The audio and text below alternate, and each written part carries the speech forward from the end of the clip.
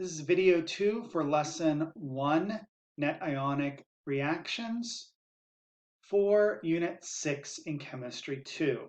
So in this video, we're going to look at what ionizes and what does not ionize using one of our handouts. It's on a blue piece of paper and it's the decision tree. So things that ionize. Ionize just means that they separate into ions when in water. So soluble salts ionize. So soluble salts are something that consists of a cation, anion pair, and this is a lot of different compounds. Obviously table salt, NaCl. But anything on that solubility chart that is soluble is a soluble salt. So just putting a metal and a non-metal and polyatomic together, we get salt, which is just a category of chemicals.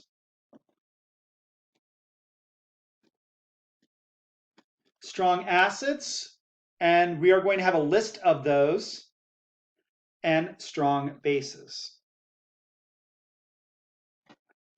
So those are all going to ionize. So with the handout, we're going to look at how we use this handout.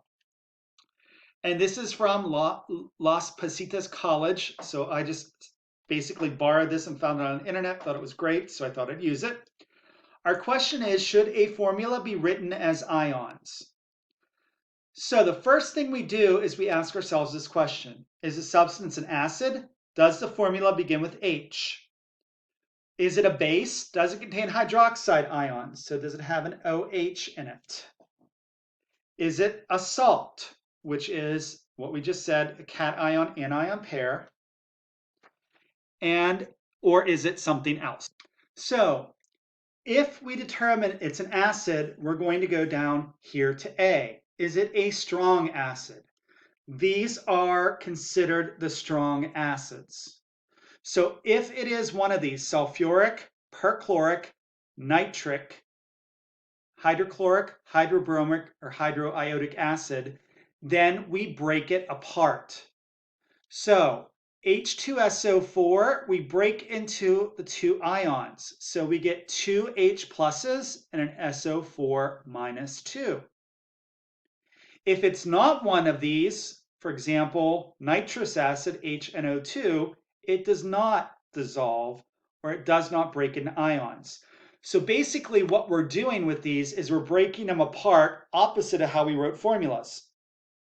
So we have to recognize that SO4 is an ion and it has a -2 charge, and we have two H's, each one positive one. If we determine that we have a base, so it contains hydroxide ions, we get down here to B. Is it a strong base?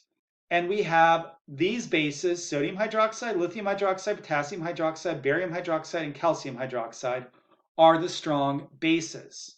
If it's one of these, it breaks into ions. So NaOH becomes Na plus 1 and OH minus 1. It breaks apart. If it's not, like FeOH3 is not one of these listed, it stays the same. If it's a soluble salt, we go to our table of solubilities. So we already know how to use this. It's on the back of this sheet. And just to review on this, remember that if, for example, aluminum acetate, we look and see what is in the intersection of those two. S is going to be soluble. It breaks into ions. Anything other than S, it does not break into ions. So for example, if we had aluminum sulfate,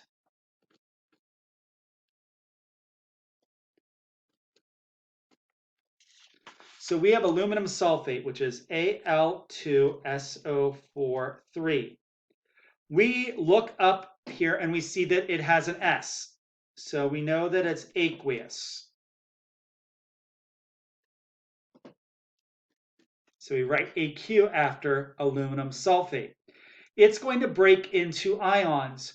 So we have 2 aluminum ions, which are +3, and we write AQ after it, and 3 sulfate ions, which are each -2, and we write AQ after those. But if we had aluminum sulfide,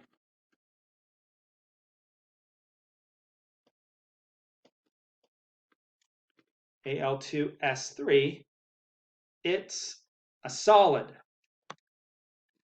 It does not break up in ions. So that's how we would use this chart. So what you have is a worksheet, and the worksheet looks like this. This is the decision tree worksheet. Don't follow these all that much. What I want you to do is identify them as a strong acid or a weak acid, a strong base or a weak base. Don't worry about insoluble base. Soluble salt, you can use SS, and insoluble salt, IS.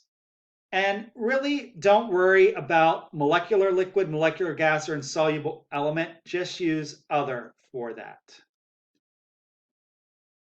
Then, if it is an ion, if it goes into ions, then write it as ions. If not, then leave it the same. So we'll do 1 or 2 of these together using our decision tree. So, barium hydroxide.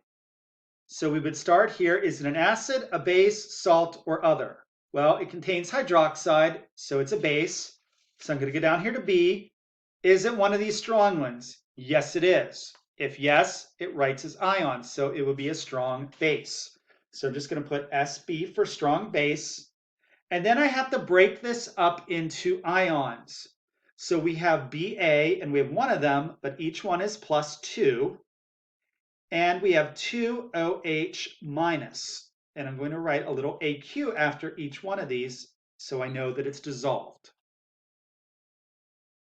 If we look at CuCl2, using our decision tree, it doesn't begin with H, no hydroxide. It is a cation-anion pair. So we have a metal and a nonmetal. And it is on our solubility table. So copper 2 chloride is a soluble salt. So it breaks up into Cu plus 2 AQ and 2 Cl minus AQ. And we'll look at 1 more together. NH3. NH3 does not begin with an H, doesn't contain OH. N is a nonmetal, H is a nonmetal, so this must be other. And it does not ionize. So go ahead and finish this worksheet. There is a back, and we will check it together in class.